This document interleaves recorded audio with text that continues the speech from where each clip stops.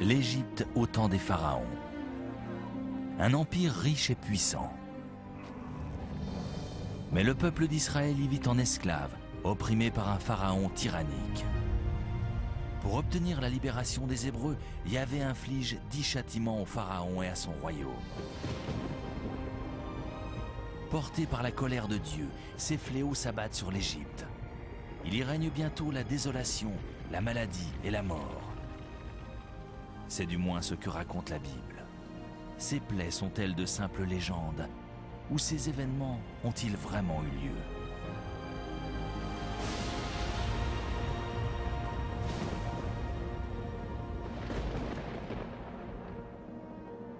Les 6 premières plaies divines ont frappé l'Égypte.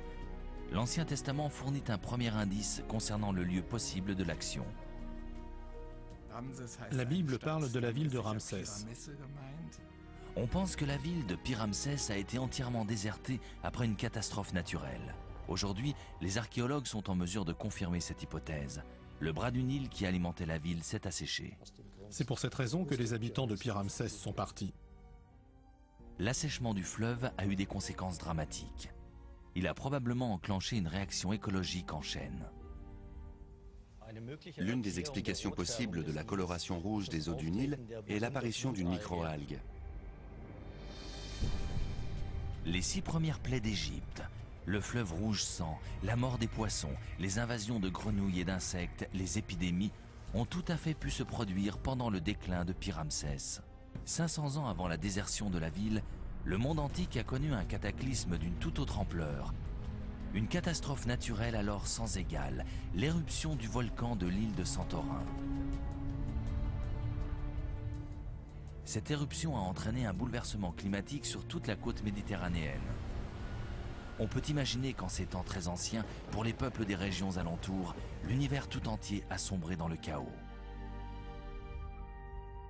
Les 7e, 8e et 9e plaies d'Égypte évoquent la grêle, une invasion de sauterelles et l'obscurité du ciel. Ces phénomènes pourraient-ils s'expliquer scientifiquement par l'éruption du volcan?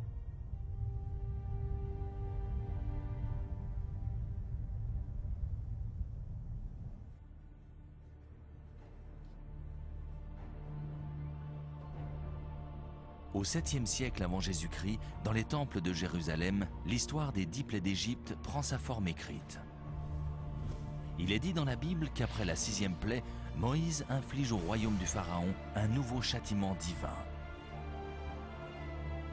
Moïse étendit son bâton vers le ciel, et l'Éternel envoya des tonnerres et de la grêle, et le feu se promenait sur la terre.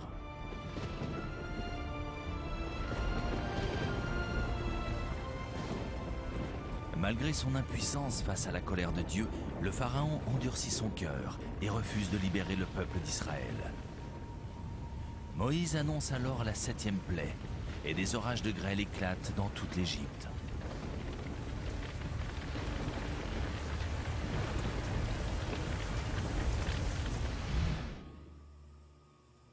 Quelle pourrait être l'origine de ces orages? Ont-ils un lien avec l'éruption volcanique de Santorin? Au Centre national de recherche atmosphérique dans le Colorado, les scientifiques étudient les mystères du climat. Des grêlons du monde entier sont conservés dans leurs archives gelées. La preuve qu'il existe bel et bien des intempéries à échelle biblique.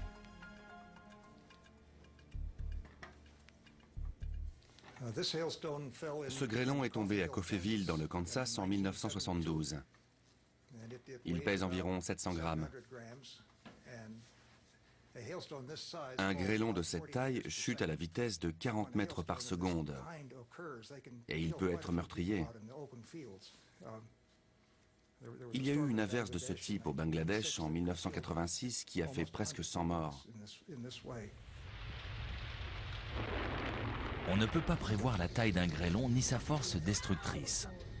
Lors d'un orage de grêle, tout peut arriver. On est souvent démuni face au chaos. La catastrophe de Coffeyville a été surnommée l'orage de grêle du siècle.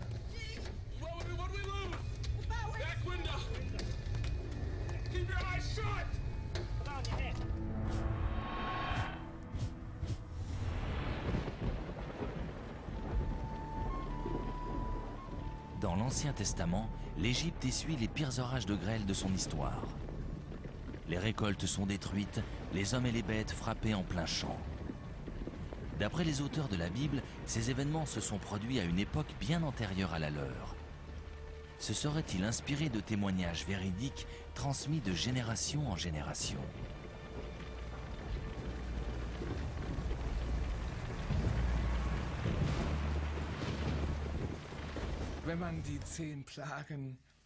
Si on réduit les 10 plaies de l'Exode à une description basique, on s'aperçoit qu'il s'agit en fait de simples catastrophes naturelles, comme l'obscurité et la grêle.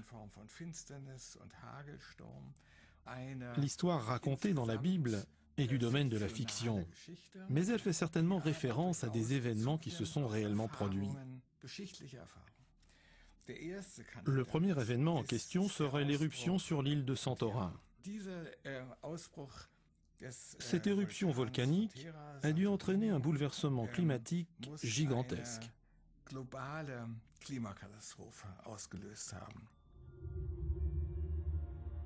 Dans la Méditerranée, au nord de la Crète, se trouve l'île de Santorin, qui forme un archipel de 5 petites îles volcaniques. Il y a 3500 ans environ, Santorin a été le théâtre d'une des plus grandes catastrophes naturelles de l'Antiquité. Personne n'aurait pu prévenir un tel cataclysme, car l'éruption précédente avait eu lieu 15 000 ans auparavant. Les peuples de la Méditerranée ont dû être bouleversés par la catastrophe. Toute une île et toute une civilisation bien connue dans la région ont été rayées de la carte du jour au lendemain. Il ne restait rien de l'île de Santorin. Cette gigantesque éruption volcanique a pourtant été précédée de signes avant-coureurs. Tandis que la montagne noire, le volcan, s'éveille peu à peu, des relents de soufre se répandent sur l'île. Puis les premières secousses se font sentir. La mer se met à cracher de la vapeur bouillante.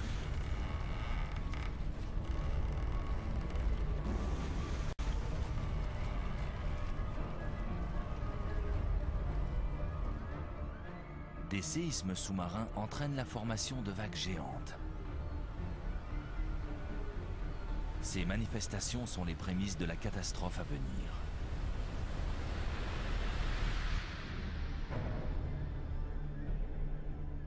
Voici une fresque minoenne de l'île. Serait-ce une illustration des événements avant l'éruption? Elle représente une vague géante.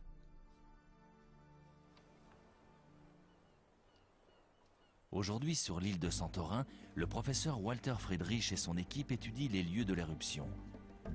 En collaboration avec des botanistes, des physiciens et des archéologues, il est parvenu à reconstituer les différents stades de la catastrophe. Pour les habitants de l'île, les premiers signes de l'éruption ont marqué le début d'une course contre la montre. Après les premières secousses, ils ont tenté de sauver tout ce qu'ils pouvaient. Le premier indice est que les maisons qu'on a découvertes à Akrotiri étaient détruites. Les murs démolis, les toits effondrés. Les gens ont agi dans la panique. Ils craignaient probablement le pire.